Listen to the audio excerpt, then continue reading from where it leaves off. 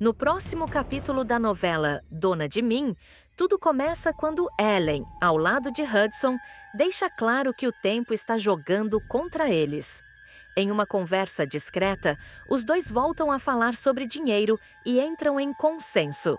É preciso agir rápido para garantir o patrimônio de Sofia antes que qualquer suspeita vire certeza. Ellen demonstra pressa, quase desespero, deixando escapar que o plano está por um fio. Antes de continuar, clique no botão de gostei, se inscreva no canal e comente de qual cidade você assiste a novela. Enquanto isso, Léo já não consegue ignorar as incoerências. Ao lado de Samuel, ela decide parar de observar a distância e parte para a ação. Os dois resolvem investigar por conta própria, revisitando episódios mal explicados, comparando versões e percebendo que as histórias de Ellen e Hudson nunca fecham completamente. Algo está errado, e agora eles querem provas. Em outro ponto da trama, Ayla observa tudo com atenção e comenta com Samuel que o comportamento de Léo é revelador. Para ela, há ciúmes envolvidos, sim. Samuel tenta defender a amiga, dizendo que Léo só desconfia quando sente cheiro de mentira. Mesmo assim, a fala de Ayla fica ecoando. Já Bárbara mostra que não gosta de perder tempo. Competitiva e direta, ela pressiona Davi a treinar com ela e Rosa, prometendo foco, disciplina e zero desculpas. Davi reluta, inseguro, mas a insistência e a possibilidade de mudar de vida fazem seus argumentos desmoronarem. O estopim vem quando Igor, sem medir as consequências, solta uma bomba diante de Sofia. Hudson não é seu pai biológico. A menina fica desnorteada. Léo, que escuta tudo, junta as peças em silêncio. Seu olhar endurece, e a pergunta que surge não precisa ser dita em voz alta para soar como ameaça. Leona começará a ligar pontos que ninguém mais consegue enxergar. Desde o retorno inesperado de Ellen, algo a incomoda profundamente. Não é ciúme, não é ressentimento do passado, é instinto. Um instinto afiado de quem conhece cada passo de Sofia desde o berço, de quem já embalou a menina no colo, já passou noites em claro como babá, já enfrentou batalhas judiciais para protegê-la e chegou, inclusive, a assumir a guarda da criança quando todos falharam. Leona sabe reconhecer perigo quando ele se disfarça de carinho. A desconfiança cresce quando ela descobre que Sofia agora é dona de 25% da Boaz. A ficha cai com força. Para Leona, fica claro como o dia. Ellen não voltou por amor, arrependimento ou saudade. Voltou pelo dinheiro. Voltou porque sentiu o cheiro da herança, do poder e da fortuna que ronda a menina. A partir desse momento, Leona decide que não permitirá que Sofia seja usada como moeda de troca em mais um golpe. Discreta, observadora e estratégica, Leona passa a vigiar cada movimento de Ellen. O tom meloso, os abraços forçados, o discurso de mãe arrependida. Tudo soa ensaiado demais. E quanto mais Ellen fala em recomeço, mais Leona enxerga um plano sujo sendo arquitetado nas sombras. Convicta de que não pode agir sozinha, ela procura Marlon. O policial, conhecido pela postura correta, pela sensibilidade e pelo carinho genuíno que sempre teve por Leona, não pensa duas vezes antes de ouvir tudo com atenção. Ele percebe a gravidade da situação e promete ajudar, não por heroísmo, mas por justiça, e principalmente por Sofia. Marlon inicia uma investigação silenciosa, sem alarde, sem levantar suspeitas. Em poucos dias, ele encontra o primeiro fio solto, registros de denúncias em outra cidade. Ellen e Woodson não são novatos nesse tipo de história. Em um município distante, os dois aplicaram golpes parecidos, explorando vínculos afetivos, falsas histórias familiares e promessas emocionais. Sempre o mesmo roteiro: aproximação, manipulação, disputa judicial e dinheiro. A bomba maior vem logo depois. Marlon descobre que a suposta gravidez de Ellen é falsa. Não existe exame legítimo. Não há acompanhamento médico real, não há histórico confiável. Tudo não passa de encenação. Para completar o quebra-cabeça, surge a prova de que Igor não é filho de Ellen nem de Woodson. A criança também foi usada como parte do golpe anterior. Uma mentira em cima da outra. Quando Marlon apresenta as informações para Leona, ela sente o chão gelar, mas não se surpreende. O que dói não é a mentira, é o risco que Sofia corre. Nesse momento, Leona decide ir além. Ela quer provas irrefutáveis, provas que falem por si. Surge então o plano mais arriscado de todos. Leona consegue um pequeno gravador de áudio e, com a ajuda de Marlon, testa o equipamento. O objetivo é simples e perigoso: registrar Ellen e Woodson falando livremente sobre o plano. Mas, para isso, alguém precisa colocar o gravador perto deles sem levantar suspeitas. É aí que entra Sofia. Com todo o cuidado do mundo, Leona conversa com a menina. Nada de pressão, nada de medo. Ela explica de forma delicada que precisa da ajuda dela para proteger a própria vida e o futuro. Sofia, madura além da idade, entende a gravidade. Confia em Leona como sempre confiou e aceita ajudar. Em um dos dias em que Ellen busca Sofia para passear, tudo acontece conforme o planejado. Em um momento de distração, com naturalidade, Sofia coloca o gravador dentro da bolsa de Ellen. O aparelho permanece ali por 24 horas inteiras, registrando cada conversa, cada plano, cada palavra dita sem filtro. Nesse período, Ellen e Woodson se sentem seguros. Acreditam que o jogo está ganho. Conversam abertamente sobre a ideia de levar Sofia embora, de pedir a guarda judicial, de pressionar emocionalmente a menina e, no fim, controlar os 25% da Boaz que pertencem a ela. Falam de dinheiro, de cifras, de como ninguém vai desconfiar. Riem, planejam, calculam. Quando Samuel vai buscar Sofia, o momento decisivo chega. Leona já o avisou previamente sobre o plano, com o apoio total de Marlon. Sofia, com o coração acelerado, entrega o gravador discretamente.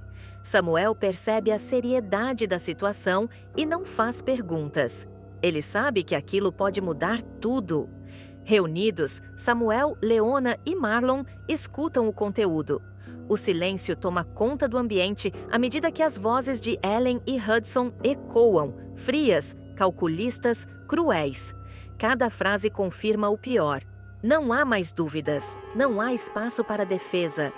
Leona fecha os olhos por um instante, respira fundo e sente uma mistura de dor e alívio. Dor por saber até onde a maldade pode ir. Alívio por ter conseguido proteger Sofia antes que fosse tarde demais. Marlon, sério, já começa a pensar nos próximos passos legais. Samuel, abalado, percebe que a paz da família estava sendo ameaçada por dentro. A situação ganhará contornos ainda mais tensos quando Marlon deixa claro que o material gravado é mais do que suficiente para derrubar qualquer farsa. As conversas captadas revelam detalhes minuciosos do plano, datas, valores, estratégias jurídicas e até a intenção explícita de afastar Sofia de todos que realmente a amam. Nada ficou subentendido. Ellen e Woodson falaram demais e pagariam caro por isso. Ciente da gravidade, Marlon orienta Leona a agir com cautela absoluta. Não é hora de confronto direto, é hora de inteligência. Enquanto o policial organiza o dossiê com áudios, prints, registros de ocorrências antigas e depoimentos da outra cidade, Samuel começa a mudar a postura com Ellen. O tom fica mais frio, mais distante. Ele observa cada palavra, cada reação, enquanto finge normalidade. Ellen sente o clima estranho, mas atribui ao estresse da situação e segue acreditando que está no controle. Leona, por sua vez, assume novamente o papel de guardiã silenciosa. Ela passa a ficar ainda mais próxima de Sofia, reforçando laços, transmitindo segurança e, acima de tudo, preparando a menina emocionalmente para o que está por vir. Sofia percebe que algo grande se aproxima, mas confia plenamente em Leona. A cumplicidade entre as duas se fortalece como nunca. O golpe final começa a ser desenhado quando Marlon convoca Samuel para uma conversa definitiva. O policial explica que, além da tentativa de estelionato e fraude, Ellen e Hudson poderão responder por falsidade ideológica, uso indevido de menor e tentativa de manipulação para a obtenção de vantagem financeira.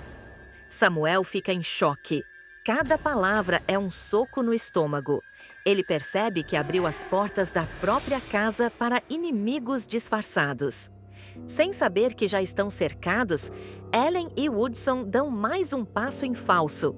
Eles pressionam Sofia, insinuando uma possível mudança de cidade, falando em nova vida, família de verdade e promessas vazias. A menina, orientada por Leona e Marlon, mantém a calma, responde pouco e observa tudo. Cada atitude só reforça o conteúdo das gravações. Chega então o dia decisivo. Marlon aparece com uma intimação oficial. O clima pesa imediatamente. Ellen tenta manter a pose, faz-se de vítima, chora, grita, diz que está sendo perseguida. Woodson reage com agressividade, mas logo percebe que não há saída. Quando os áudios são citados, o desespero toma conta. Ellen perde o controle, entra em contradição e acaba revelando, sem perceber, mais uma mentira. Exatamente o que faltava para selar sua queda. Diante das provas, Samuel não se cala. Pela primeira vez, ele confronta Ellen com firmeza, deixando claro que ela nunca enganou ninguém além de si mesma.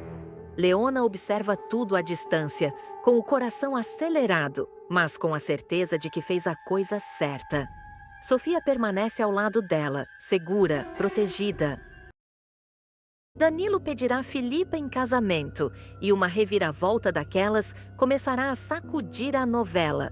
Depois de desmascarar Jaques diante de todos e pagar pelo que fez no passado, Danilo deixará claro que não quer mais ser o homem impulsivo e inconsequente de antes. Livre da cadeia, ele surgirá disposto a reconstruir a própria vida, mesmo sabendo que o julgamento das pessoas ainda pesa. O que ninguém imagina é que será justamente Filipa quem abrirá, sem perceber, o caminho definitivo para essa redenção. Nos próximos capítulos, Danilo e Filipa se encontrarão a sós, longe de qualquer interferência. O clima, inicialmente contido, logo será tomado por uma tensão silenciosa. Filipa respirará fundo, visivelmente emocionada, e quebrará o silêncio com uma frase que Danilo jamais esquecerá. Ela dirá que, de um jeito ou de outro, ele foi responsável por salvá-la. Relembrará o período sombrio em que esteve presa naquela clínica, dopada, desacreditada, manipulada por Jaques, e afirmará que, se não fosse a coragem de Danilo em enfrentar o vilão, talvez nunca tivesse conseguido sair de lá. Suas palavras virão carregadas de gratidão, mas também de algo mais profundo que ela tentará esconder. Danilo ficará visivelmente tocado. O olhar dele mudará e a voz sairá embargada quando responder que não fez nada além do que era certo. Em seguida, com um sorriso tímido, ele quebrará o clima pesado com uma provocação inesperada, dizendo que ela pode agradecê-lo com um beijo e que isso já o deixaria mais do que feliz.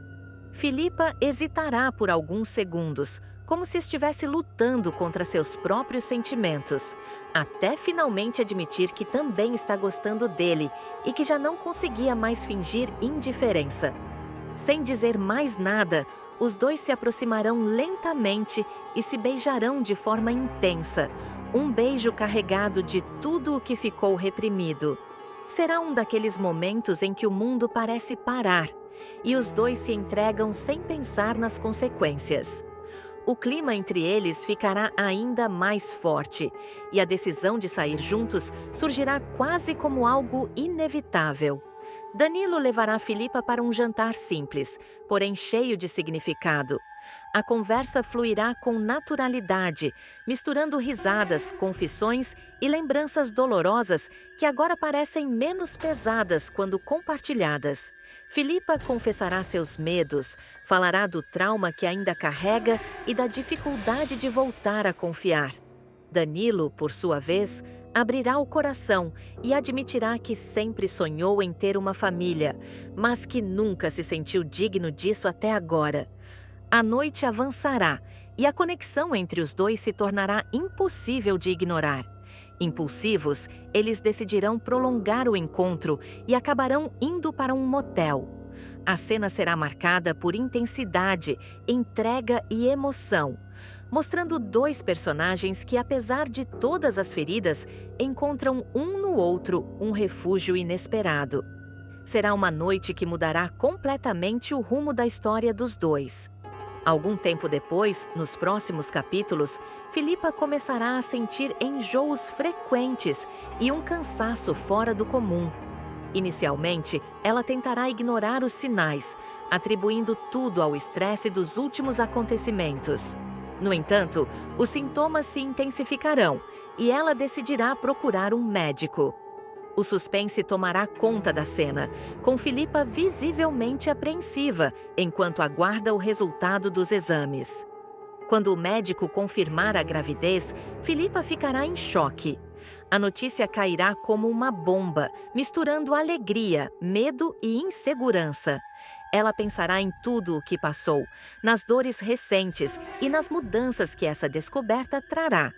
Mesmo assim, algo dentro dela dirá que essa criança representa um novo começo. Filipa criará coragem e contará a novidade para Danilo. A reação dele será imediata. Primeiro, incredulidade. Ele perguntará várias vezes se é verdade, como se tivesse medo de se iludir. Assim que a ficha cair, Danilo se emocionará como nunca antes. Ele confessará que sempre sonhou em ser pai e que, naquele momento, sente que finalmente encontrou um propósito maior para sua vida. Abraçará Filipa com força, prometendo estar ao lado dela em todas as circunstâncias. O que eles ainda não sabem é que essa felicidade inicial despertará reações inesperadas, segredos mal resolvidos e novas ameaças que começam a se desenhar nos bastidores. A tensão crescerá à medida que Filipa adiar sua resposta ao pedido de casamento. O silêncio dela pesará sobre Danilo como nunca antes. Ele tentará disfarçar a insegurança, mas ficará claro que o medo de perder Filipa falará mais alto. Ainda assim, ele decidirá agir diferente do passado. Nada de pressão, nada de impulsos. Danilo passará a demonstrar no dia a dia que está pronto para ser companheiro, pai e marido, mesmo sem garantias. Filipa observará tudo em silêncio. Cada gesto de cuidado, cada atitude responsável de Danilo mexerá profundamente com ela. Ao mesmo tempo, a gravidez avançará, trazendo mudanças físicas e emocionais que a deixarão ainda mais sensível. Em consultas médicas, ela ouvirá alertas sobre o estresse e perceberá que precisa se proteger, não apenas fisicamente, mas emocionalmente. Será nesse momento que Filipa começará a questionar se vale a pena continuar fugindo de uma felicidade que insiste em bater à sua porta. Enquanto isso, comentários maldosos e julgamentos externos ganharão força. Pessoas próximas colocarão em dúvida a capacidade de Danilo mudar de verdade, reabrindo feridas antigas. Filipa ficará abalada, mas, dessa vez, não se sentirá sozinha. Danilo enfrentará cada ataque de frente, deixando claro que não permitirá que o passado defina o futuro do filho que está por vir. Essa postura firme começará a virar o jogo. Filipa terá um momento decisivo ao reviver, em terapia, tudo o que passou na clínica e sob a manipulação de Jaques. ela entenderá que o maior risco não é amar de novo, mas continuar vivendo refém do medo. Essa percepção mudará completamente sua forma de enxergar Danilo, não mais como o homem que errou, mas como alguém que escolheu mudar quando teve a chance. A virada emocional culminará em uma conversa intensa entre os dois. Filipa, emocionada, confessará que tem pavor de repetir padrões, de se perder novamente e de machucar o filho. Danilo responderá com sinceridade crua, admitindo que não é perfeito, mas que está disposto a aprender todos os dias, inclusive a errar e corrigir se for preciso. Será um diálogo maduro, sem promessas vazias. Filipa finalmente tomará uma decisão que mudará o rumo da trama. Ela deixará claro que não quer um conto de fadas, mas uma parceria real, construída passo a passo. A resposta dela ao pedido de casamento não virá como um simples sim imediato, mas como um compromisso de tentar, de confiar e de construir algo novo, por ela, por Danilo e, principalmente, pelo filho que está a caminho. A gravidez deixará de ser apenas uma surpresa e passará a simbolizar um renascimento. Para Filipa, a chance de reescrever sua história sem medo. Para Danilo, a prova de que a redenção não se diz, se vive. Samuel vai se ver frente a frente com Jaques mais uma vez, mas qualquer resquício de medo, hesitação ou cautela ficará no passado. O encontro acontecerá em um ambiente público, cercado de olhares curiosos, cochichos tensos e celulares discretamente apontados. Samuel não estará ali para negociar, implorar ou fugir. Ele estará ali para esmagar o vilão com palavras, verdades e uma revelação que ninguém imagina. Assim que cruza o olhar com Jaque, Samuel não desvia. Pelo contrário, caminha firme para bem perto e deixa claro que aquele jogo acabou. O vilão tenta manter a pose, solta um sorriso debochado, mas a segurança desaparece quando percebe que Samuel não está sozinho. Pessoas importantes estão por perto, inclusive autoridades, familiares e aliados, que Jaque sempre acreditou controlar. Samuel então começa a falar, alto o suficiente para todos ouvirem. Ele lembra cada golpe, cada mentira, cada ameaça feita nos bastidores. Joga na cara de Jaque, que nunca foi enganado de verdade, que sempre soube que o vilão deixava rastros por onde passava. Você sempre achou que era o mais inteligente da sala, dispara Samuel, sem baixar o tom.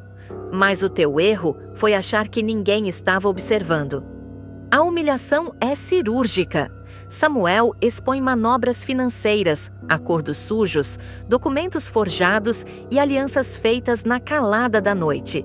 Jaques tenta interromper, grita que tudo aquilo é mentira, mas ninguém mais acredita. A cada nova frase, o vilão perde terreno, perde aliados, perde a aura de poder que construiu durante anos. É nesse momento que Samuel solta a bomba que muda tudo. Ele respira fundo, encara Jaque mais uma vez e diz, com todas as letras, que a maior mentira da vida do vilão não está nos crimes, está na própria origem. O burburinho toma conta do ambiente, Jaque congela. Ele manda Samuel calar a boca, visivelmente nervoso, como alguém que acaba de ouvir o nome de um segredo que jamais deveria vir à tona. E então Rosa entra em cena. Abalada com o olhar carregado de lembranças que tentou apagar durante décadas, Rosa percebe que não há mais como fugir. O passado bate à porta e, dessa vez, não aceita silêncio como resposta. Ela pede a palavra, mesmo tremendo, e o ambiente mergulha num silêncio pesado. Rosa começa dizendo que guardou aquela verdade para proteger a si mesma e também para tentar conter o monstro que Jaque se tornou. Ela confessa que ele não é seu filho biológico. Conta que a adoção foi feita às pressas, em circunstâncias que jamais foram esclarecidas por completo, e que desde então ela viveu com medo do que aconteceria se a verdade viesse à tona. Jaque explode. Grita, nega, acusa Rosa de traição, diz que aquilo é uma armação de Samuel. Mas Rosa segue, firme como nunca esteve.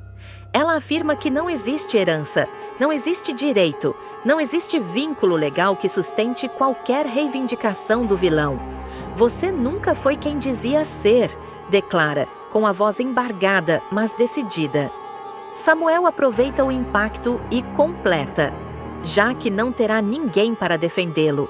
Nenhum advogado aceitou o caso depois das provas reunidas. Nenhuma influência resistiu ao peso das denúncias internacionais que agora recaem sobre ele. O cerco se fecha de vez quando é revelado que existe um pedido formal de extradição. As autoridades confirmam. Jaque será transferido para os Estados Unidos, onde responderá por crimes ainda mais graves, ligados a esquemas internacionais. Lá, a pena não será branda. Fala-se em prisão perpétua. Um destino sem retorno, sem acordos, sem privilégios. Jaque, acuado, tenta barganhar, promete revelar segredos, ameaça destruir vidas, mas ninguém mais treme. Ele é algemado diante de todos, enquanto Samuel observa em silêncio. Não com satisfação, mas com a sensação de que uma ferida antiga finalmente começou a cicatrizar. Rosa chora, não apenas pelo homem que Jaque se tornou, mas pelos anos que viveu prisioneira de uma mentira. Samuel se aproxima dela num gesto contido, mostrando que o fim daquele ciclo também representa um recomeço. Enquanto Jaques é levado, ele ainda tenta lançar seu último veneno, jurando vingança, dizendo que aquilo não vai ficar assim. Mas suas palavras ecoam vazias. Pela primeira vez, o vilão não controla a narrativa.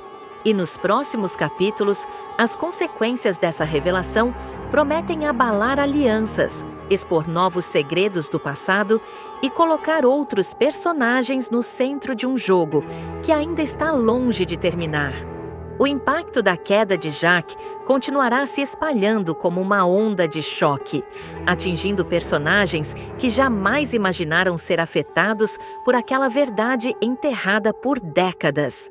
Após a saída do vilão algemado, o ambiente permanece em estado de suspensão. Ninguém sabe exatamente como reagir. O silêncio pesa mais do que qualquer grito. Samuel, ainda tomado pela adrenalina, percebe que o confronto não foi apenas contra Jaque, mas contra um passado inteiro de abusos, chantagens e manipulações que agora vêm à tona. A notícia da extradição imediata corre rápido. Autoridades confirmam que o processo já estava em andamento havia meses, costurado em sigilo absoluto.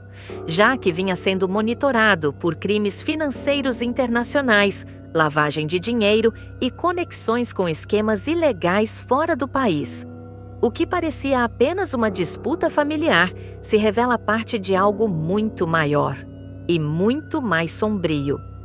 Rosa, devastada, enfrenta o julgamento silencioso de todos ao redor. Alguns a encaram com pena, outros com indignação. Ela admite que errou ao esconder a verdade por tanto tempo, mas deixa claro que viveu anos sob ameaça emocional e psicológica. A revelação de que Jaque não era seu filho biológico explica atitudes do passado que sempre pareceram incoerentes, frias ou até cruéis.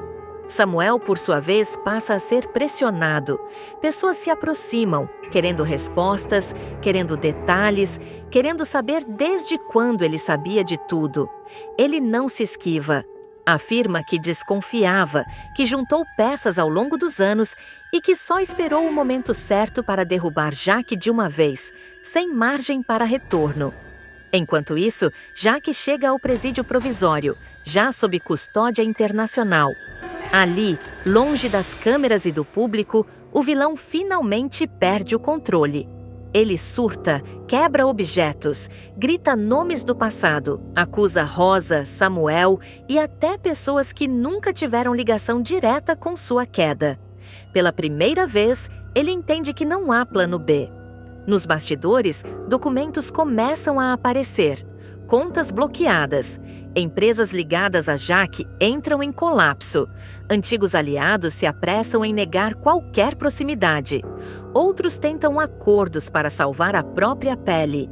Segredos que Jacques mantinha guardados começam a ameaçar vir à tona, colocando novas figuras no centro do furacão.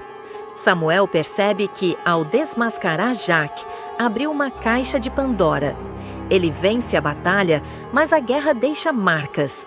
Pessoas próximas passam a temer represálias, mesmo com o vilão fora do país. A pergunta que ecoa é simples e inquietante. Jacques agiu sozinho? Rosa, isolada, decide colaborar com as autoridades. Ela entrega papéis antigos, registros de adoção, cartas nunca enviadas e relatos que podem comprometer mais gente do que se imagina. Cada nova informação reacende tensões e muda alianças. E enquanto o avião que levará Jacques para os Estados Unidos se prepara para decolar, uma última cena chama a atenção. O vilão, algemado, encara o vazio pela pequena janela, com um olhar que mistura ódio, derrota e algo ainda mais perigoso: a certeza de que suas verdades não morreram com ele. A prisão de Jacques não será o fim, será apenas o início de uma nova sequência de revelações capazes de mudar destinos, destruir reputações e colocar Samuel diante de escolhas que jamais imaginou ter que fazer. Philippa vai deixar claro que paciência tem limite, e o dela já estourou faz tempo. A mulher, que foi humilhada, desacreditada e trancafiada por causa de Jacques, decidirá que não basta vê-lo atrás das grades. Para ela, cadeia não é castigo suficiente. Justiça, nesse caso, vai ganhar contornos sombrios, silenciosos e profundamente perturbadores. Tudo começará depois da captura definitiva de Jacques. O vilão será levado algemado, exposto, derrotado publicamente, mas ainda carregando aquele sorriso torto de quem acredita que sempre dá um jeito de sair por cima. Na prisão, ele tentará bancar o controlador, provocando outros detentos, fazendo ameaças veladas e repetindo para si mesmo que aquilo tudo é temporário. Jacques acreditará que ainda tem poder, influência e jogo psicológico. Mal saberá que o verdadeiro terror já estará a caminho. É nesse contexto que Philippa tomará uma decisão fria e calculada. Diferente do que muitos imaginam, ela não agirá por impulso. Será metódica, silenciosa, cirúrgica. A ideia da visita surgirá como algo aparentemente banal. Uma ex-mulher que, apesar de tudo, ainda se preocupa. Uma marmita nas mãos, um olhar contido, uma postura calma demais para quem passou pelo inferno. Ao chegar ao presídio, Philippa causará estranhamento até nos agentes. Dirá que veio apenas trazer comida. É a preferida dele, afirmará com um meio sorriso, daqueles que não revelam nada, mas escondem tudo. A marmita passará pela inspeção padrão, sem levantar suspeitas. Nada ali parecerá fora do lugar, pelo menos à primeira vista. Quando Jacques for levado até a área de visitas, reagirá com sarcasmo, rirá ao vê-la, tentará provocá-la, mexer com suas memórias, jogar na cara dela o passado.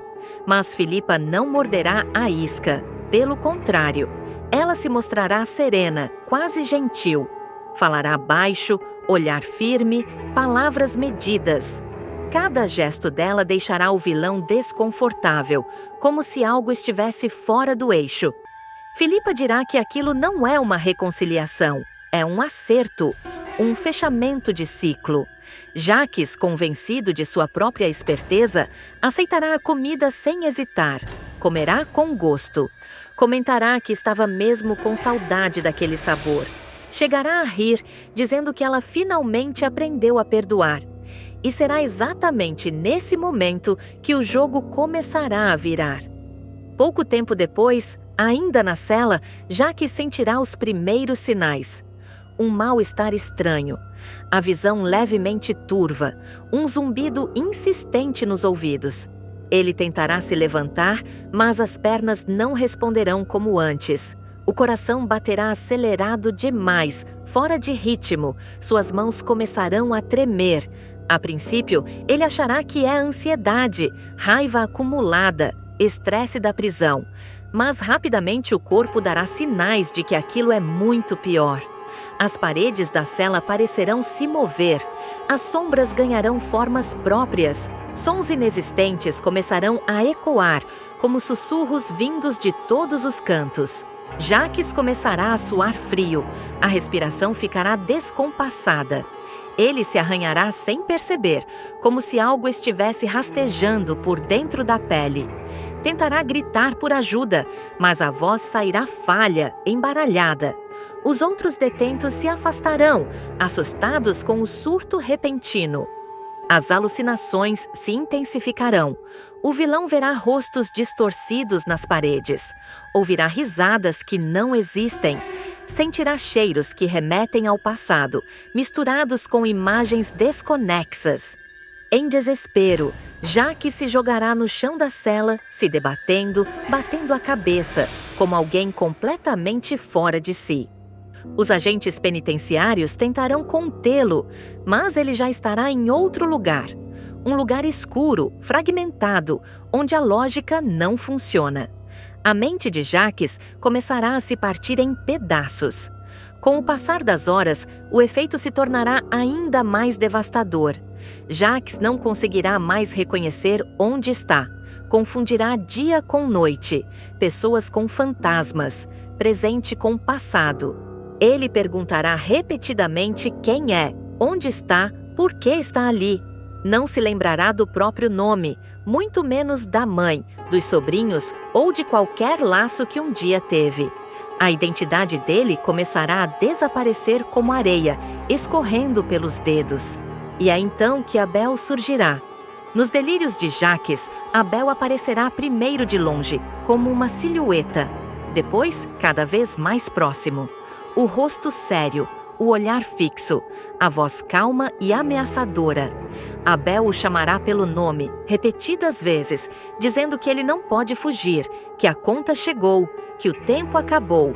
Jacques tentará tapar os ouvidos, mas a voz continuará ecoando dentro da cabeça. Abel dirá que está esperando, que vai buscá-lo, que aquilo é só o começo. Em meio aos surtos, Jacques chorará, implorará, pedirá perdão para alguém que não está ali de verdade, mas que, para ele, será mais real do que nunca.